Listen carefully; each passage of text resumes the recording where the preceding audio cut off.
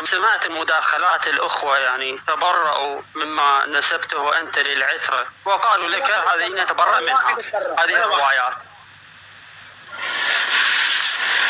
كل من صعد قال لك نتبرأ، وبعضهم جاء معك وقال باللعن ما تبرأ من الكتاب يا أستاذ، ما تبرأ من الكتاب، ما تبرأ. شنو اسم الكتاب؟ اعطيني اسم الكتاب. بيت الأحزان. بيت الأحزان؟ ايه برأ منه يلا. نعم، ضع هذا كتاب بيت الأحزان الآن أمامك. يلا تبرأ من الكتاب. النقاش فيما ورد في بيت الأحزان. اسمعني، اعطيني مجال. يلا تبرأ منه يلا. نعم. قول أبرأ إلى الله. نعم. أيهما أقدس عندك، النبي أو علي؟ النبي عليه الصلاة والسلام أقدس.